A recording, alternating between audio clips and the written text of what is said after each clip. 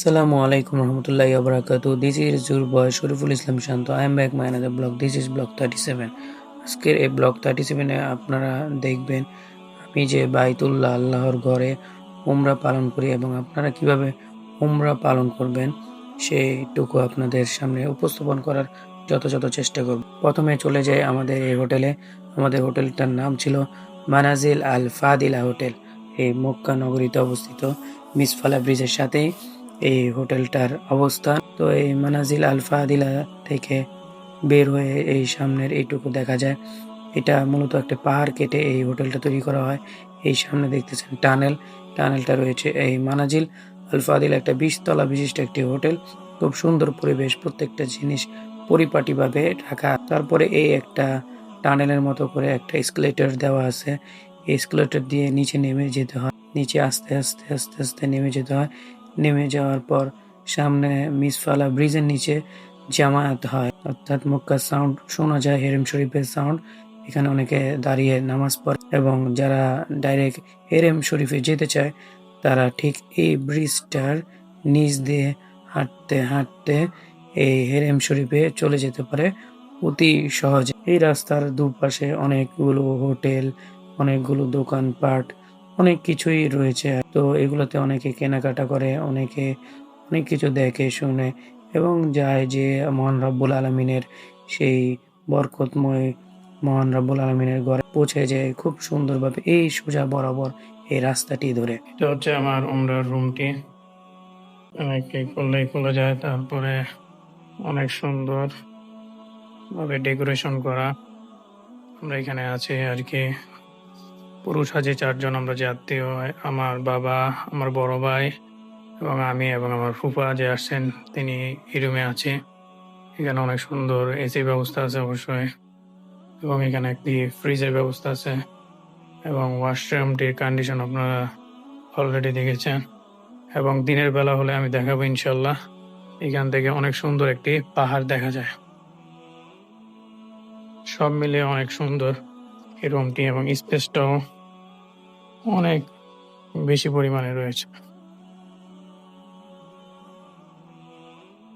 মাশাআল্লাহ, আলহামদুলিল্লাহ। লাব্বাইক আল্লাহুম্মা লাব্বাইক, লাব্বাইক লা শারীকা লাক লাব্বাইক, ইন্নাল হামদা ওয়ান নি'মাতা লাকা ওয়াল মুলক লা শারীকা লাক। আমাদের হোটেলে এই প্যাকে করে খাবার পরিবেশন করা হতো। 3 এক রকম খাবার এখানে পরিবেশন করা হয়, সকাল, দুপুর এবং রাতে। এখানে সুন্দর টিভির ব্যবস্থা আছে, আর এখানে অনেক সুন্দর একটা বড় মিরর আছে। টিভিতে অনেক সুন্দরভাবে মক্কায় যে হজ লাইফ চলে সেটা অনেক সুন্দর করে দেখা যায়। আজকে এশার পর উমরা করব, সবাই দোয়া করবেন এবং আশা করি যতটুকু পারি ইবাদতের কমতি না করে আপনাদের দেখাতে চেষ্টা করব ইনশাআল্লাহ তাআলা। এখন আমরা উমরার উদ্দেশ্যে রওনা দিলাম। এখানে হাঁটি হাঁটি পায়ে আমাদের রুমের লেভেল পড়েছিল 1। তারপর আপনারা এই সামনে যে দেখতে পাচ্ছেন এটিকে বলা হয় কবুতর চত্বর। আপনাদের পরবর্তী ব্লগ 38-এ ইনশাল্লাহ আপনাদের দেখাবো কবুতর চত্বরে কত সুন্দর কবুতর থাকে। আর এটি হচ্ছে রয়্যাল ক্লক টাওয়ার, পৃথিবীর ইতিহাসে সব থেকে বড় ঘড়িটা হচ্ছে এটি, এবং বিল্ডিং এর দিক থেকে এটি 3 বা 4 রয়েছে এই রয়্যাল ক্লক টাওয়ার। এটি হচ্ছে সেই কবুতর চত্বর। এই রাত্রি যেন 1000 বছরের পুরনো রাত্রি, যেন খুব চেনা এক রাস্তা দিয়ে হেঁটে যাচ্ছি মহান রাব্বুল আলামিনের ঘরের দিকে। এই যে কাবার যে ফাউন্ডেশনটা এখানে একটু পর্যন্ত এখান থেকে শুরু হয়ে যায় এবং যতদূর পর্যন্ত আজানের সাউন্ড যায় ততটুকু পর্যন্ত মানুষ জামায়াতে দাঁড়িয়ে যায় নামাজের সময়। এই সামনে এগিয়ে যাচ্ছি, ওই যে দূরবর্তীতে দেখা যাচ্ছে মিনারগুলো, এটি হচ্ছে কাবা শরীফ কমপ্লেক্স আর কি।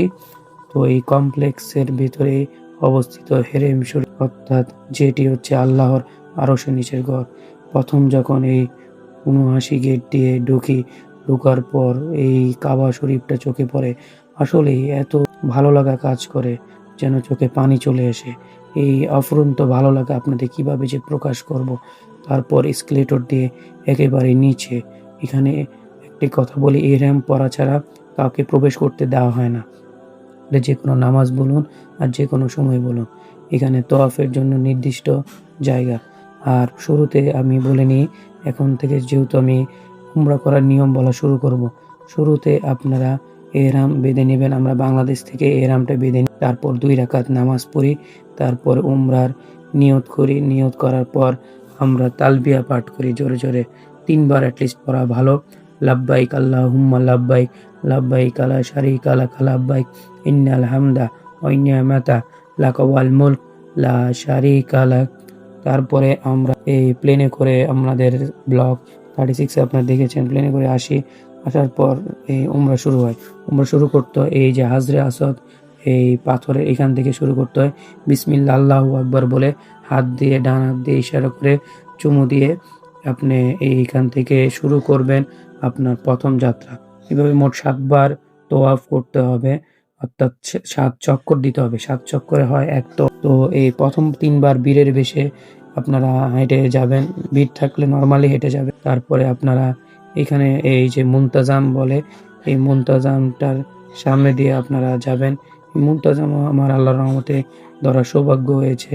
এই হাজরে আসওয়াদও চুমু দিতে পেরেছি আল্লাহ তাআলার অশেষ মেহেরবানি। এবং যখন আপনারা যাবেন এই সামনে দিয়ে, তখন আপনারা আপনাদের মনের ভাষায় যা পারেন দোয়া করবেন, আল্লাহর কাছে চাবেন। আরেকটা কথা, যখন আপনারা এখানে তওয়াফ করবেন অর্থাৎ 7 চক্কর দিবেন, তখন অবশ্যই উজু করে তো থাকতে হবে এবং কাবার দিকে তাকাতে পারবেন না।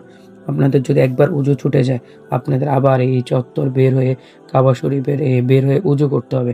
কারণ এখানে কোনো উজুর ব্যবস্থা নেই, কোনো ওয়াশরুম এখানে নেই। ওয়াশরুম এগুলো সব হচ্ছে এই কাবা শরীফের এই চত্বরের বাইরে, যেখান দিয়ে আমরা প্রবেশ করেছি সেই জায়গাটুকুতে অনেকগুলো ওয়াশরুমের জায়গা আছে। তারপর আপনারা এভাবে ঘুরতে থাকবেন, চত্বরে ঘুরতে থাকবেন, এভাবে বিভিন্ন দোয়া করবেন। আপনাদের জানা মতো যত দোয়া পারেন, যত দোয়া মন থেকে আল্লাহ তাআলার সাথে যা বলতে চান, যত কথা আপনার রবের নিকট আপনি বলতে চান, রবের নিকট আপনি কিভাবে কি পেতে চান, সকল কিছু বলতে থাকবেন। এবং পরবর্তীতে আপনারা যেটুকু দেখতে পাচ্ছেন ছোট ছোট মিনার মতো, এটাকে বলা হয় হাতিমে কাবা। এটিও একটি কাবার অংশ। এটিও একসময় কাবা শরীফ ছিল, কিন্তু অতীতে যখন কাবা শরীফ নির্মাণ করা হয় তখন অর্থের অভাবে এইটুকু করা হয় না, এইটুকু ফাঁকা রাখা হয়। এইটুকু মহান রব্বুল আলামিনের বরকতে ফাঁকা রাখা হয়েছে আমি যা মনে করি। কারণ এখানে আমি নামাজ পড়তে পেরেছি এই হাতিমে কাবা। এখানে নামাজ পড়া মানে কাবা শরীফের মাঝখানে আল্লাহর আরশের নিচ বরাবর নামাজ। এই হাতিমে কাবার নামাজ পড়া আসলে সৌভাগ্যের একটি জিনিস। কেননা ভিতরে প্রবেশ শুধু প্রধানমন্ত্রী, রাষ্ট্রীয় অতিথিরা একেবারে কাবার মাঝখানে নামাজ পড়তে পারে। আর একটু জনসাধারণের জন্য খুলে রাখা হয়, কিন্তু নির্দিষ্ট সময়। এশার নামাজের পর এটি খুলে দেওয়া হয় রাত 2টা পর্যন্ত ছেলেদের জন্য, এবং মহিলাদের জন্য ভোর 7:30 থেকে খুলে দেওয়া হয় আর কি। ফজরের সময়ের পর থেকেই খুলে দেওয়া হয় মহিলাদের জন্য। আপনারা অবশ্যই সময়টুকু জেনে নিন। এই হচ্ছে সেই মহামূল্যবান হাতিমে কাবা। এখানে মহান রব্বুল আলামিনের অশেষ রহমতে আমি নামাজ পড়তে পেরেছি।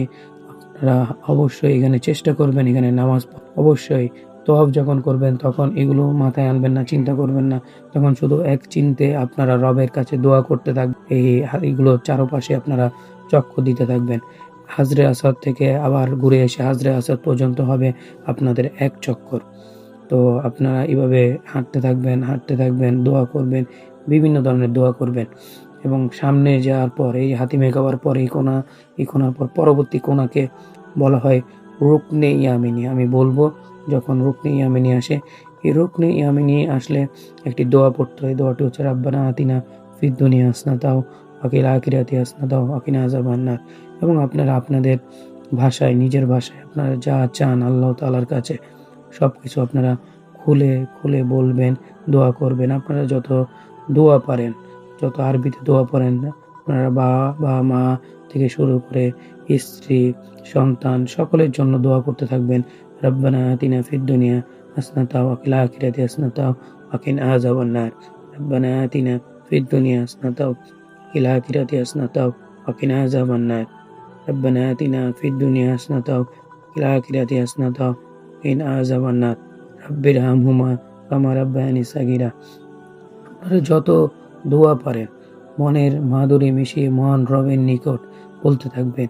এই কাবা যখন চোখে পড়ে আসলে মনটা আর মানে না। এই কাবার কাছে বারবার ফিরে যেতে মন চায়।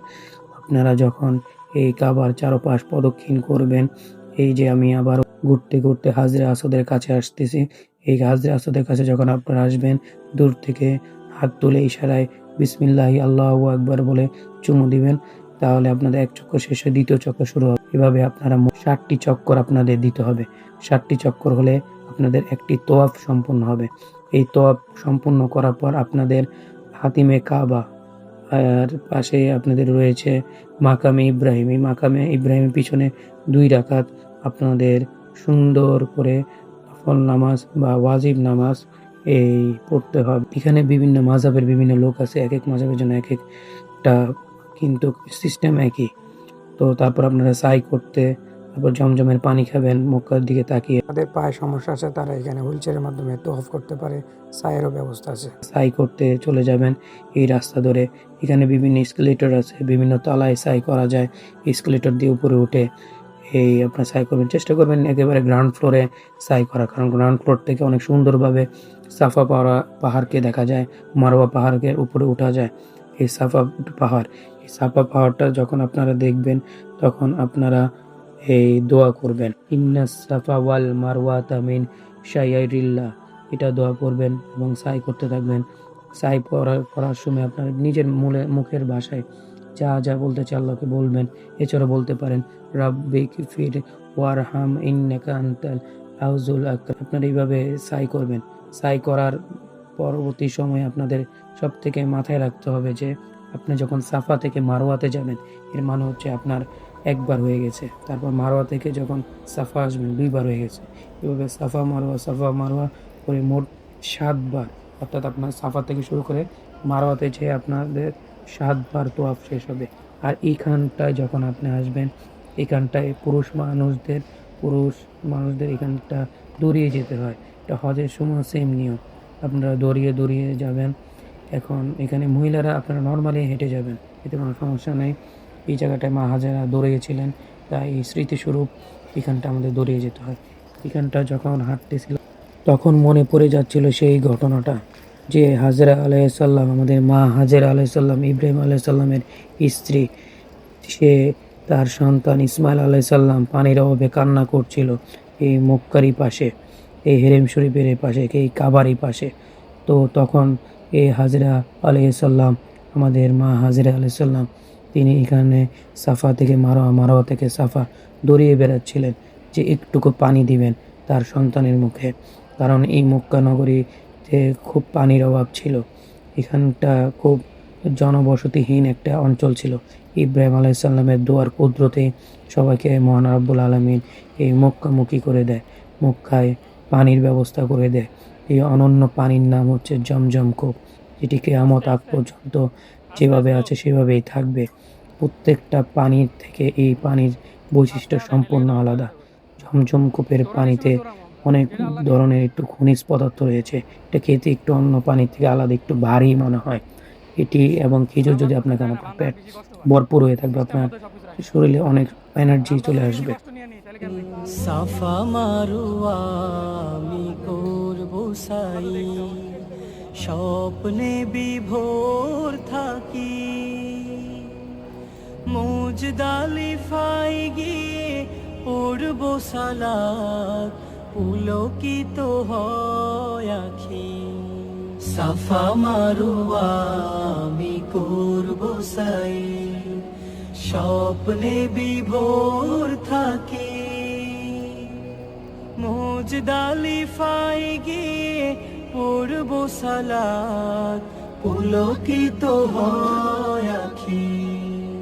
তো আমরা এখনো সাফা থেকে মারোয়াতে যাচ্ছি। এই সাফা থেকে মারোয়া থেকে সাফা যেতে কমপক্ষে 10 মিনিটের মতো লাগে, আর খুব দ্রুত গেলে 10 মিনিট, এবং আস্তে আস্তে আপনি যদি যান তাহলে আরও বেশি সময় লাগবে এই সাফা টু মারোয়া।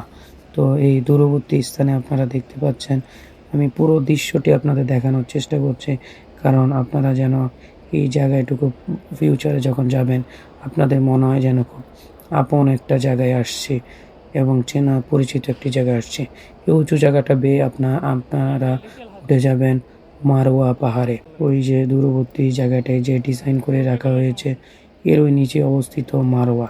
সাফা পাহাড়টি একটু উঁচু এবং মারোয়া পাহাড়টি একটু নিচু প্রকৃতির। তো সাফা পাহাড়টি এখন বর্তমানে ঘিরে রাখা হয়েছে, আপনারা অলরেডি দেখেছেন। আর আমরা যে এখন যাচ্ছি এটি হচ্ছে মারওয়া পাহাড়। এখানে লেখা আছে আল মারওয়া। এই বিভিন্ন জায়গায় বিভিন্ন ভাষায়, আরবি ভাষায়, ইংরেজি ভাষায় লেখা আছে, আপনারা দেখেই চিনবেন। আপনারা কখন কোথায় সাই করছেন, যে আমলটি করছেন সেটি সম্পর্কে খুব সুন্দরভাবে অবগত হতে পারবেন। তো এখানে মানুষরা বসে আছে, আপনারা দেখতে পাচ্ছেন। এটি হচ্ছে সেই মারওয়া পাহাড়। এই মারওয়া পাহাড়ের উপর দিয়ে আমি হেঁটে যাচ্ছি। এই মারওয়া পাহাড়ের থেকে সাফা, সাফা থেকে মারওয়া, মারওয়া থেকে সাফা।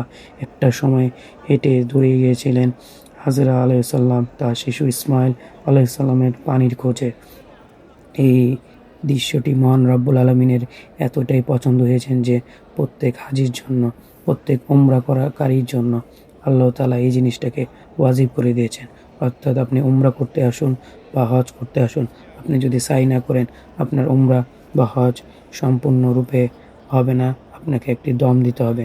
আপনি এখানে যে কোনো ভুল করবেন আপনাকে দম দিতে হবে। আপনি যখন সাই করছেন বা আপনি যখন এহরামের কাপড় বেঁধে ফেলছেন, আপনি মশা মাছি থেকে শুরু করে নখ, শরীরের ময়লা যে কোনো কিছু আপনি ফালাইতে পারবেন না, নখ কাটতে পারবেন না, আপনি সুগন্ধিযুক্ত কোনো কিছু ইউজ করতে পারবেন না। অর্থাৎ এই উমরা জিনিসটার এই একটা বৈশিষ্ট্য হচ্ছে, আপনি যখন এহরামের কাপড় পরবেন, এহরামের কাপড় হচ্ছে দুইটি সেলাইবিহীন কাপড় পুরুষদের জন্য, আর মহিলারা যে কোনো শালীন পোশাক পরলেই চলে। পুরুষেরা কেউই এখানে মশা মারতে পারবে না, মাছি মারতে পারবে না, কোনো জীব হত্যা করতে পারবে না। এখানে মানুষেরা কোনো কিছু হত্যা করতে পারবে না, নিজের চুল ছিঁড়তে পারবে না, নিজের নখ কাটতে পারবে না, কোনো কিছুই করতে পারবে না, সুগন্ধি ইউজ করতে পারবে না, শরীরে সাবান ইউজ করতে পারবে না। যখন আপনারা ইহরামের কাপড় আপনাদের শরীরে আবদ্ধিত করবেন, অর্থাৎ একটি সঠিক উমরা হজ করার জন্য আপনাদের শরীরে যখন ইহরামের কাপড় পরবেন, তখন আপনারা নিয়ত করবেন উমরার। আপনারা নামাজ পড়বেন 2 রাকাত। তারপর আপনার উচ্চ স্বরে লাব্বাইক আল্লাহুম্মা লাব্বাইক, লাব্বাইক লা শারিকা লাকা লাব্বাইক, ইন্নাল হামদা ওয়া নি'মাতা লাকা ওয়াল মুলক লা শারিকা লাকা, এইটা বলবেন। জোরে জোরে 3 বার পড়তে থাকবেন। আপনারা যতক্ষণ না পর্যন্ত কাবা শরীফকে 2 নয়নে দেখবেন। 2 নয়নটা শীতল হবে আপনার কাবা শরীফটা দেখার মাধ্যমে, এবং কাবা শরীফ দেখার সাথে সাথে আপনারা যে দোয়াটুকু করবেন সেই দোয়াটুকু সাথে সাথেই কবুল হয়ে যায়। তো আপনারা এমন একটি দোয়া করবেন। আজ আমি আপনাদের একটি দোয়া শিখিয়ে দিই। ইমাম আবু হানিফা রাদিয়াল্লাহু তাআলা আনহু শিখিয়েছেন যে আপনি কাবা দেখার সাথে সাথে এমন একটি দোয়া করবেন যেন আল্লাহ তাআলা আপনার অতীতে যে গুনাহ করেছেন ওগুলো তো মাফ করেন আল্লাহ তাআলা, এবং আপনি ভবিষ্যতে আজকে থেকে যত প্রকার দোয়া করবেন সকল দোয়াই যেন মহান রব্বুল আলামিন কবুল করে নেয়, সেই দোয়াটা করবেন। যেন আপনি দোয়াতুল দাওয়া হয়ে যান, অর্থাৎ আপনি যা বলবেন সেটা যেন আল্লাহ তাআলা কবুল করে নেন। এই জিনিসটা যদি আপনি চেয়ে নেন, আপনি যখন খুশি তখন আপনার যখন যা মন প্রাণ চাবে আপনি চাবেন, আল্লাহ তাআলা ইনশাআল্লাহ কবুল করে নেবেন। এরকম যদি হয়ে যেতে পারেন, কি না সৌভাগ্য আপনার ইনশাআল্লাহ। তো আপনারা এভাবেই স্টেপ বাই স্টেপ আপনারা আসবেন, কাবা দেখবেন, তারপর বিসমিল্লাহ আল্লাহু আকবার বলে হাজরে আসওয়াদ থেকে 7 বার চক্কর কাটবেন। তারপর মাকামে ইব্রাহিমের পিছনে 2 রাকাত নামাজ পড়বেন, তারপরে জমজমের পানি খাবেন, তারপরে এসে এই সাফার দিকে এসে মক্কার দিকে তাকিয়ে আপনারা দোয়াটি পড়ে আপনারা সাফা টু মারওয়া একবার, মারা টু সাফা একবার, মোট 2, সাফা টু মারওয়া গেলে 3 বার, আবার মারা টু সাফা গেলে 4 বার। এরকম করে মোট 7 বার আপনারা সাই করবেন। আবারও এই গ্রিন সিগন্যাল অর্থাৎ গ্রিন জায়গাটি আসলে আপনারা পুরো সাজে যত জোরে সম্ভব অন্যকে কষ্ট না দিয়ে দৌড়াবেন। এখানে দৌড়াতে হবেই আপনাদের। এটি হচ্ছে এখানটা স্মৃতিস্বরূপ হাজরা আলাইসাল্লাম এখানে দৌড়িয়েছিলেন। এই স্মৃতিটা মহান রব্বুল আলমিন এখন পর্যন্ত ধরে রেখেছেন। তারপরে এই দূরবর্তী যে স্থানটি আপনারা দেখতে পাচ্ছেন, আমরা খুব কাছাকাছি এসে পড়েছি সাফা পাহাড়ের। আমরা যে সাফা থেকে মারা গেছি আমাদের কিন্তু 1 চক্কর হয়ে গেছে, আমরা যে মারওয়া থেকে আবার সাফায় যাচ্ছি আমাদের 2 চক্কর হয়ে গেছে। এই জিনিসটা মনে রাখবেন। এই হাজরে আসাদ থেকে আরেক হাজরে আসাদ আসার সময় 1 চক্কর হয়, এরকম 7 চক্করে হয় 1 সাই। আপনারা যখন উমরা করবেন না, আপনারা এই নফল সাই করতে পারেন, নফল তোয়াফ করতে পারেন। 7 বার চক্কর কাটলে আপনাদের 1 তোয়াফ সম্পূর্ণ হবে। আপনারা তোয়াফ করতে পারেন। উমরা হজ যেভাবে নিয়ত করে, যেভাবে দোয়া করে করে, অর্থাৎ আপনারা আপনাদের মনে যা খুশি আল্লাহ তাআলার কাছে বলবেন, এভাবেই আপনারা দোয়া করতে পারবেন। তো আমরা চলে এসেছি এই সাফা পাহাড়ের কাছে। এই যে আমি অবশ্যই এটা আমার এই উমরা করার পরবর্তী আরেকটি উমরার সময়ের দৃশ্যটি। প্রথমবার যখন উমরা করেছি তখন এই ভিডিওটা নিই নাই। দ্বিতীয়বার যখন আমি উমরা করি এই ভিডিও ক্লিপটা সংগ্রহ করি আপনাদের বোঝানোর স্বার্থে।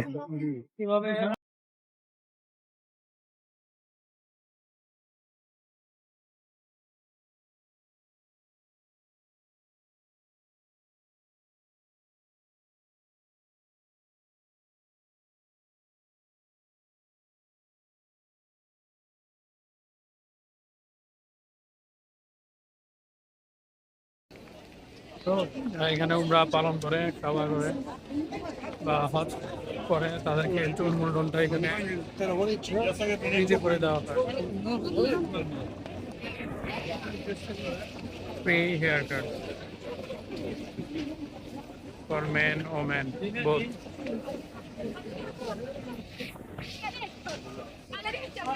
সাফা মারওয়া সাফা, মাশাআল্লাহ। তারপর ওইখানে যে দেখি ওইখানে চুল মেশিন দিয়ে ফালানো হয়, চুল একেবারে ন্যাড়া করা হয় না। তো ন্যাড়া করা হচ্ছে সব থেকে উত্তম। তাই আমি বের হয়ে যাই এখানে ন্যাড়া হওয়ার জন্য। পাকিস্তানি একটি সেলুনে 5 রিয়ালের বিনিময়ে আমি সম্পূর্ণভাবে ন্যাড়া হয়ে যাই আর কি। তো আল্লাহ তাআলা আমার এই উমরা হজকে কবুল করুক, সেই দোয়াটা আপনারা করবেন এবং আপনারাও এভাবে উমরা হজ করলে ইনশাআল্লাহ তাআলা কবুল হবে। এই চুল ফালানোর মধ্য দিয়ে আমি আমার ইহরামের কাপড় খুলতে পারবো এবং আমার উমরা পরিপূর্ণভাবে সম্পন্ন হলো। যত কিছু হারাম ছিল আমার ইহরাম কাপড় পরা অবস্থায় সকল কিছু আবার হালাল হয়ে যাবে আর কি। হালাল জিনিস হালাল হয়ে যাবে। অনেক হালাল জিনিসও হারাম ইহরাম কাপড় পরা অবস্থায়। এই জিনিসটা আপনাদের অবশ্যই মাথায় রাখতে হবে। চুল মুন্ডন করি এই দুইজন হচ্ছে পাকিস্তানি ভাই। এই পাকিস্তানি ভাইরা আমার এই চুল মুন্ডন করে দেয় আমাদের হোটেলের পাশেই অবস্থিত এই জায়গা। এবং রিয়াল নিয়ে যে 5 রিয়াল আপনাদের আগেই বলেছি, এটি হচ্ছে রয়্যাল ক্লক টাওয়ার। এই রয়্যাল ক্লক টাওয়ার থেকে শুরু করে আরো কত সুন্দর সুন্দর জায়গা, তায়েব বলুন, জেদ্দা বলুন এবং আরো সুন্দর জায়গা আমরা জিয়ারা করেছি, অনেক জায়গায় গিয়েছি। আপনারা পরবর্তী ব্লগগুলোতে ইনশাআল্লাহ তাআলা দেখতে পারবেন। সেইটুকু সময় আপনারা ধৈর্য ধরে থাকুন, আমরা যেন সুন্দরভাবে আপনাদের পরবর্তী ব্লগটুকু আপনাদের সামনে উপস্থাপন করতে পারি। এই রয়্যাল ক্লক টাওয়ারটি আসলে সুউচ্চ মহিমায় দাঁড়িয়ে আছে সৌদি আরবিয়ানদের জন্য। সৌদি আরবিয়ানরা তারা তেলের অর্থ দিয়ে আল্লাহর রহমতে বরকতে এত সুন্দর করে এরকম প্যালেসগুলো, এরকম কমপ্লেক্সগুলো তৈরি করেছে। আমি যে জুম করতেছি এটি হচ্ছে সাফা পাহাড় আর এটি হচ্ছে সেই রহমতের বরকতের কাবা শরীফ। আল্লাহ তাআলার আরশের নিচে এই বরাবর উপরে ফেরেশতারাও তওয়াফ করছে, যেখানে একটি ফেরেশতা একবার তওয়াফ করলে কিয়ামতের আগ পর্যন্ত দ্বিতীয়বার তওয়াফ করার সুযোগ পাবে। এত পরিমাণে ফেরেশতা রয়েছে। তো এই রহমতময় বরকতময় জায়গায় আপনারাও যাবেন, আপনারাও উমরা করবেন, আপনারা হজ করবেন, আপনারা নফল সাই করবেন, আপনারা নফল তওয়াফ করবেন, সে আশা আমি ব্যক্ত রাখি। এবং আসলে মন শান্ত হয়ে যায়, মন ঠান্ডা হয়ে যায়। ওই যে মাকাম ইব্রাহিম, মাকাম ইব্রাহিমে আছে ইব্রাহিম আলাইহিস সালামের পায়ের ছাপ, জান্নাতি এক পাথর। এবং হাজরে আসাদ এটিও একটি জান্নাতি পাথর।